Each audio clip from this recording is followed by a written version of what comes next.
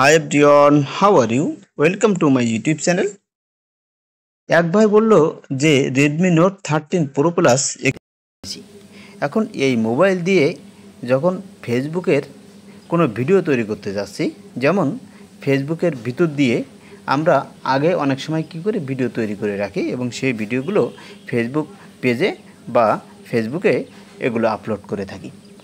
এখন আমি ডাইরেক্টলি কোনো একটি সুন্দর দৃশ্য দেখেছি বা আমি ডাইরেক্টলি ফেসবুকের ভিতরে যেয়ে যে রিলস অপশন আছে সেখান থেকে রিলস তৈরি করব বা আমি ডাইরেক্টলি লাইভ করব।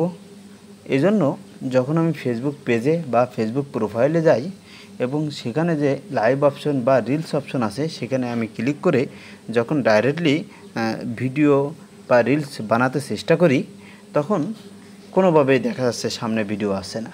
তার কারণ এখানে ক্যামেরা পারমিশন যাচ্ছে। এখন ক্যামেরা পারমিশন যদি আপনি না দেন তাহলে কিন্তু কোনোভাবেই আপনি লাইভ করতে পারবেন না বা কোনো রিলসও আপনি তৈরি করতে পারবেন না। এর জন্য যে কাজটা করতে হবে সেটি হলো আপনাকে ক্যামেরা পারমিশন দিতে হবে। এখন এই ক্যামেরা পারমিশন কীভাবে দিতে হয়?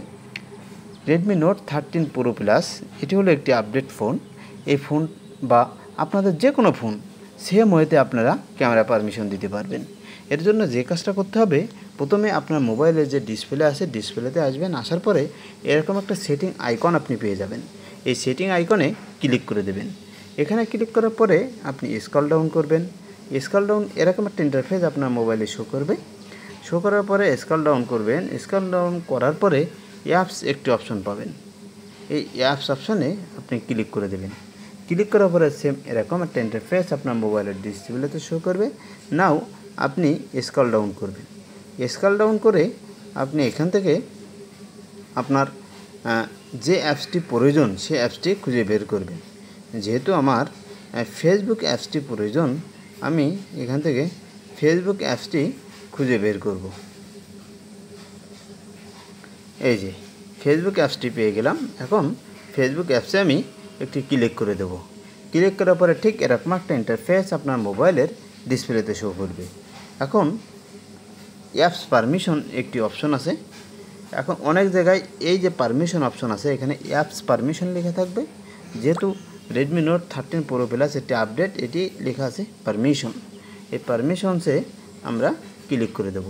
ক্লিক করার পরে দেখব যে এক্সেস ক্যামেরা, অনেক জায়গায় এখানে অনেক মোবাইলে জাস্ট ক্যামেরা লেখা থাকবে, এক্সেস শব্দটা থাকবে না। এখানে আপনাকে এক্সেস করতে হবে। এখন এই ক্যামেরার অপশানে আমি ক্লিক করে দেব।